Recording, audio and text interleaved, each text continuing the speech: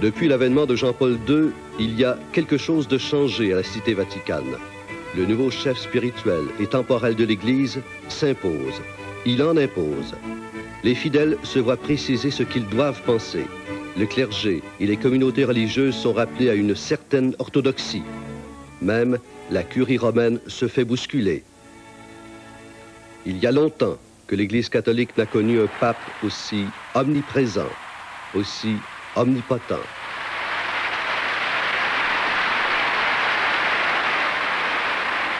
Ce mercredi matin, comme les autres d'ailleurs, 35 000 personnes sont venues à Saint-Pierre avec l'espoir d'apercevoir le Saint-Père. 12 000 se pressent dans le salon Nervi, construit par le pape Paul VI pour ses audiences. Depuis son accession au trône pontifical, Jean-Paul II a voulu répandre la bonne nouvelle aux quatre coins du monde. Autant au cours de ses nombreux voyages que de ses audiences, le pape, plus conservateur que son allure veut bien nous le laisser croire, se plaît à ramener les vérités à leur plus simple expression.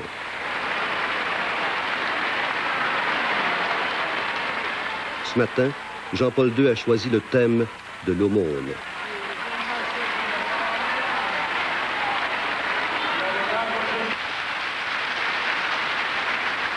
If we concentrate on what is essential in the notion of almsgiving, we see that it means sharing with others what we ourselves have. The example of the widow's mite teaches us that the important thing is the inward value of the gift, the readiness to share everything, to give oneself. Ces paroles de Jean-Paul II sont-elles prophétiques? Est-ce qu'un jour le pape suivra lui-même l'exemple de l'obole de la veuve? Il est sans doute de plus en plus gênant pour celui qui prêche l'acceptation de la pauvreté à travers le monde, de se voir entouré de tant de richesses en argent, en or, en trésors artistiques. Cependant, une bonne partie de ces richesses est en réalité inutile, donc trompeuse. Le Vatican peut prétendre à juste titre qu'il est moins propriétaire que conservateur de ce riche héritage de notre culture et de notre civilisation et qu'il ne fait que le protéger pour nous. Il serait impensable de vendre ces trésors au plus haut enchérisseur. Le Saint-Siège ne fait pas de profit à les exposer. Les frais d'exploitation du musée du Vatican excèdent ses recettes.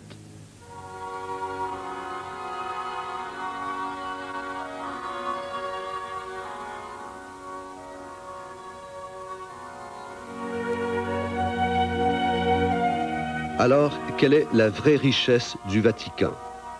D'où viennent ces mystérieux voyages dans l'imaginaire à propos des fabuleuses richesses du pape? En 1975, Massimo Spada, qui avait été pendant 30 ans un des premiers conseillers financiers du Vatican, évaluait publiquement le capital de l'État papal à quelques 6 milliards de dollars. Le ministre des Finances du Vatican, le cardinal Vagnozzi, déclara que le chiffre exact était inférieur au quart de ce montant. L'an dernier, dans une étude sur les propriétés et biens de l'Église, le vaticanologue Giancarlo Zizzola évaluait les biens productifs du Vatican à 850 millions de dollars. Depuis toujours, et ce, malgré les nombreux chiffres avancés par journalistes, écrivains et certains banquiers, le Vatican semble se complaire à garder secret le bilan global de ses avoirs. On peut se demander pourquoi on tient à nourrir ce mystère entourant les finances du Vatican. Mais simplement parce que le secret est nécessaire à tout pouvoir. Et dans l'Église, il y a le pouvoir. On craignait beaucoup l'anticléricalisme. Et alors, on craignait qu'ils sont allés publier les chiffres, les bilans du Vatican.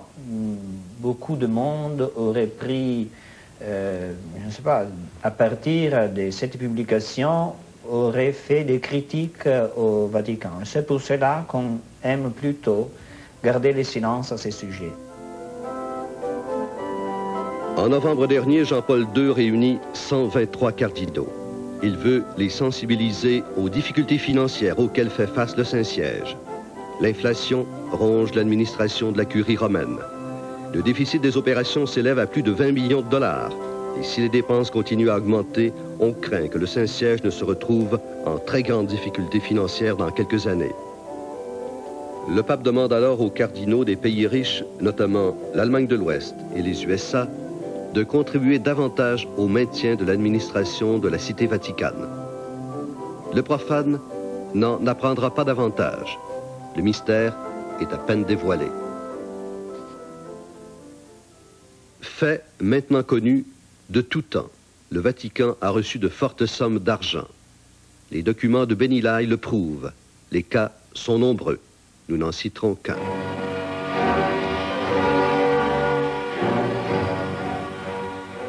Le gros des argents que le Vatican possède aujourd'hui lui vient de Benito Mussolini. Le dictateur fasciste voulait assurer ses assises politiques au pays en se gagnant la reconnaissance du pape et se faire de la bonne publicité à l'étranger. Et il était prêt à payer.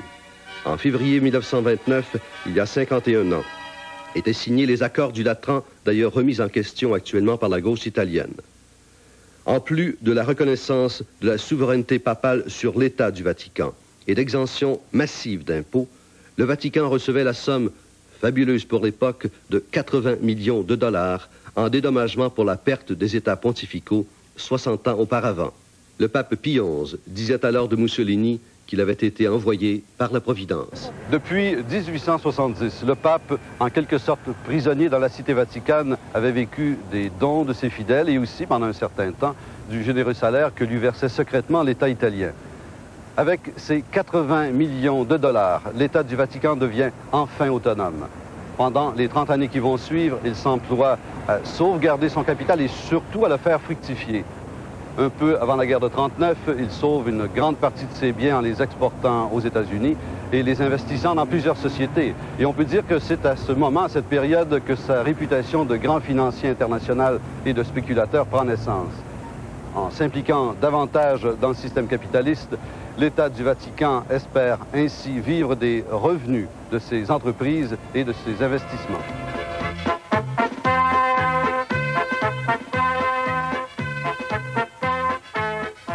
En dépit de ses efforts pour préserver le secret, le chat est parfois sorti du sac. Ainsi, on s'est aperçu que l'une de ces sociétés, les produits pharmaceutiques Serono, fabriquait la pilule contraceptive. Le Vatican, confus, retire précipitamment ses capitaux. Évidemment, le nom même du Vatican ne paraît jamais dans les listes d'actionnaires. Il faut donc chercher des indices de ses placements dans d'autres livres, comme l'annuaire de la Bourse d'Italie. Prenons par exemple la société Vianini, inscrite à la bourse, qui réalise de grands projets à l'étranger, dont un aqueduc à Hong Kong.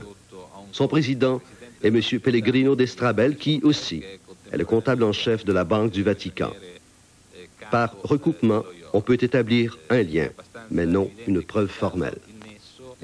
Les financiers du Vatican se sont toujours servis du marché, de la spéculation, c'est-à-dire obligations, actions, titres d'État et le reste. C'est ce qui a toujours guidé les finances du Vatican depuis 1870 et cela continue aujourd'hui. Au sein même de l'Église, certaines personnes comme Don Giovanni Ceretti, écrivain et théologien, s'inquiètent de cette implication du Vatican dans le système capitaliste. Pour elles, la richesse du Vatican compromet les enseignements de l'Église. Je pense que n'importe quel investissement embarrassant parce que l'Église, qui a parlé plutôt d'un sens défavorable au capitalisme, d'un popularum progressio, etc. Et l'Église ne doit pas être tellement impliquée dans le capitalisme. Donc, les investissements sont toujours quelque peu embarrassants.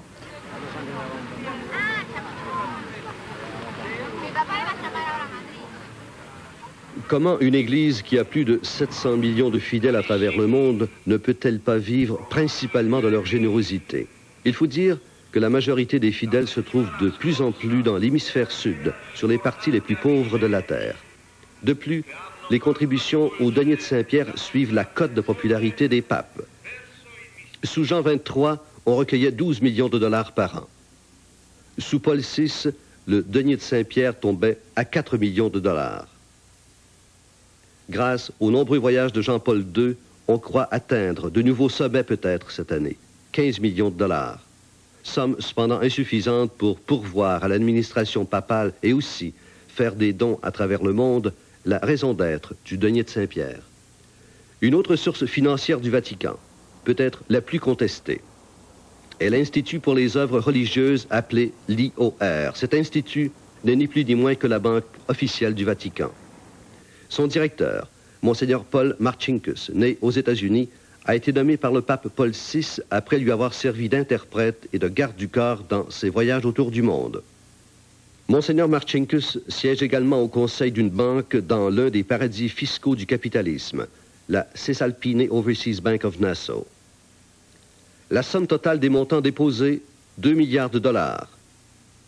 Pour le Vatican, l'IOR est la cheville essentielle des transactions internationales. L'IOR, c'est la banque des ordres religieux, institutions, paroisses, membres du clergé, employés du Vatican, diplomates accrédités auprès du Saint-Siège. Ce qui a le plus terni la réputation de l'IOR, c'est la façon dont il se serait servi de sa position privilégiée de banque d'État sur le territoire d'un autre État pour faciliter l'exportation illégale de capitaux hors d'Italie. Sauf autorisation spéciale, la loi ne permet pas aux Italiens de sortir de capitaux de leur pays, ni même d'avoir un compte dans une banque étrangère. Et pourtant, cela se fait. Il y a deux façons de sortir son argent. Le passer en contrebande dans un pays comme la Suisse et risquer d'être pris. Ou, si vous êtes parmi les privilégiés, profiter des services uniques de l'IOR, c'est-à-dire la Banque du Vatican. Aucun risque, aucune chance d'être repéré. Il suffit d'une courte marche le long de la Via della Conciliazione, en direction de Saint-Pierre. Mais il faut d'abord persuader le Vatican de vous accepter comme client. Depuis septembre 1978, à la suite de la directive numéro 15390, émise par M. Battaglia, directeur de la Banca d'Italia, il est plus difficile pour un laïc d'y ouvrir un compte, mais c'est toujours possible, surtout si vous consentez à léguer une partie de votre solde en banque à l'Église.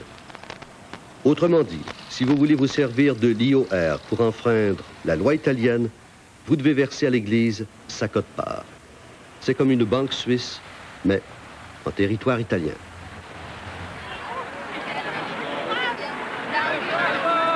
C'est Paul VI, à la fin des années 60, qui devint le grand réformateur des politiques économiques du Saint-Siège.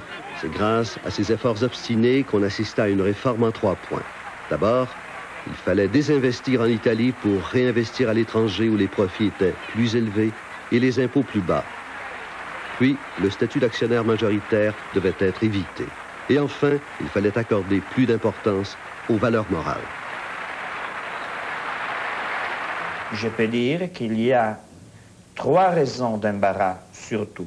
La première, lorsque le Vatican était propriétaire ou avait une majorité dans les actions, puisque le Vatican ne peut pas être le patron lorsqu'il y a des questions avec les ouvriers, avec les employés. Première question d'embarras, première source d'embarras.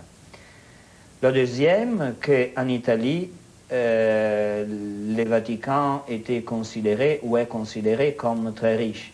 Et alors, c'est une deuxième source d'embarras. Et la troisième, lorsque le Vatican possède, surtout possédé, parce qu'actuellement il a liquidé ses participations, posséder des actions, je ne sais pas, dans des usines qui fabriquaient des armes ou des usines qui fabriquaient des médicaments, qui étaient peut-être des pilules contraceptives, ou je ne sais pas, des sociétés de cinéma, etc. Dans quel secteur maintenant le Vatican investit-il? Mais je pense que justement l'orientation, pour éviter des critiques, est investir dans des services d'utilité publique, comme électricité, communication, gaz, téléphone, des choses de ce genre. je crois. Les banques et les assurances. Les banques, les assurances, oui, oui. Mais même ce nettoyage amorcé par le pape Paul VI ne s'est pas fait sans anicroche. Un épisode en particulier illustre bien les risques que court un homme de Dieu lorsqu'il s'aventure sur la mer de la haute finance. C'était en 1969, quand le Vatican, toujours obsédé par le secret, cherchait à qui confier la délicate mission de transfuser plusieurs biens embarrassants pour le Saint-Siège. Pour liquider certains titres compromettants, Paul VI s'adresse à Michel Sindona, qu'il avait connu personnellement alors qu'il était cardinal de Milan. À cette époque, Sindona a une réputation irréprochable. Bon catholique, banquier, renommé, conseiller averti en fiscalité et surtout homme d'une discrétion parfaite. On disait de lui dans certains milieux à cette époque qu'il était devenu le nonce financier du Vatican. C'est au printemps 1969, un soir, que Sindona est convoqué au Vatican.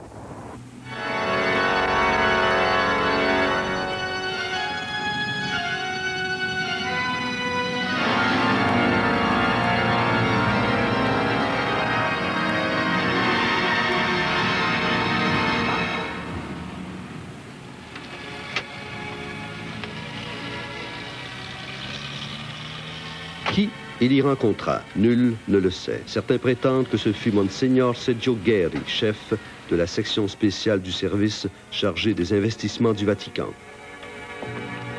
D'autres disent que ce fut le pape Paul VI lui-même.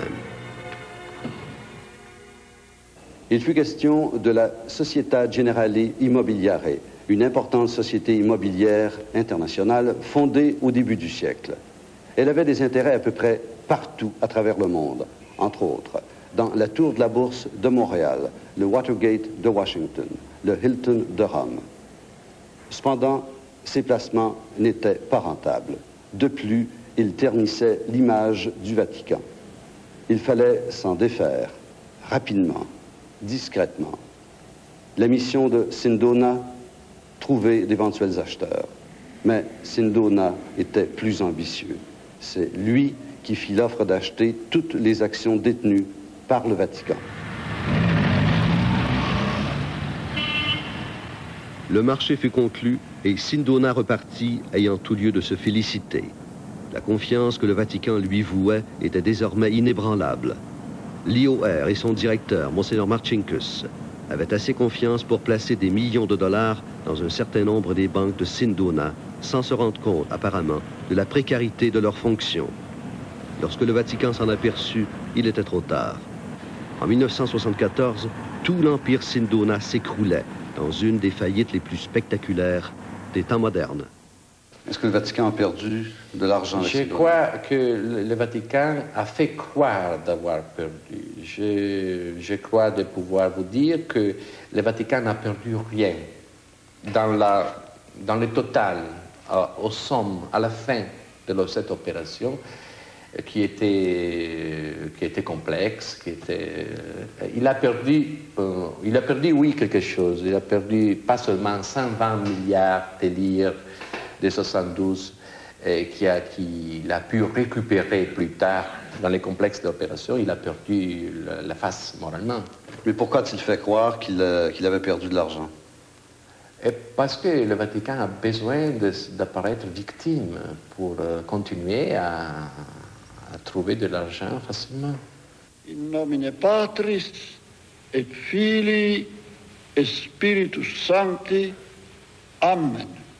En somme, la victime la plus à plaindre dans l'affaire de Sindona aura été le pape Paul VI qui a misé sur le mauvais homme pour accomplir un bon geste. Cette déconfiture financière était surtout moralement pénible à supporter. Elle portait un dur coup à la réputation du Vatican. On avait reproché à Paul VI son astuce en affaires. On se moquait maintenant de son incompétence. Sindona lui-même disparut d'Italie dès après la faillite. Mais, aux grandes dames du Vatican, il refit surface à New York. Depuis 5 ans, le gouvernement italien tente d'obtenir son extradition. Les USA le retiennent et doit faire face à 99 chefs d'accusation d'avoir participé à la faillite de la Franklin National Bank des États-Unis, la plus importante dans l'histoire des banques de ce pays.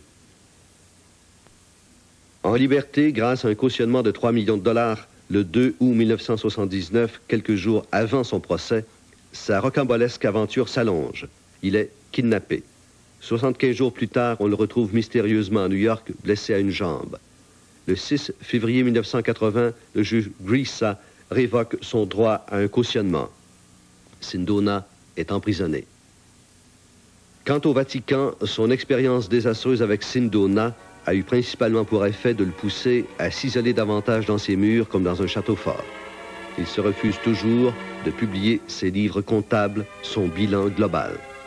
Ce que l'on sait de plus depuis novembre 1979, c'est que le Vatican vit au-dessus de ses moyens, qu'il n'arrive plus à boucler son budget. On dit même que le Vatican est pauvre. Si le Vatican est vraiment pauvre, s'il est moins riche qu'on le suppose communément, pourquoi ne rend-il pas ses livres publics afin que le monde connaisse sa pauvreté? À cette question, son éminence le cardinal Giovannozzi, ministre des Finances du Vatican, a répondu. Well, you know, we might answer with the expression of the gospel that the left hand must not know what the right hand is doing. You know, the Vatican is not a commercial enterprise. It is a religious and spiritual and charitable institution. Therefore, the finances are only a mean to an end. They are not. They don't have the importance that money has in a commercial enterprise. The Vatican is not a commercial enterprise. I don't think that it would be useful to publish so far, to publish the balance sheet of the Holy See, because it would be subject to contrary interpretation. Some people will say that the figures are too small and they are not truthful. Some other people will say the Holy See has too much money, should give it to the poor. Why not? Because then we would not be able to support the people and the buildings for which the Holy See is responsible. Quindi il Vaticano non ha alcuna importanza, anche se può avere, lei può dire qualsiasi cifra, tanto centinaia di miliardi, quello che vuole lei, non ha importanza. È importanza il potere che il Vaticano ha. Questo, a mio avviso, è molto più importante.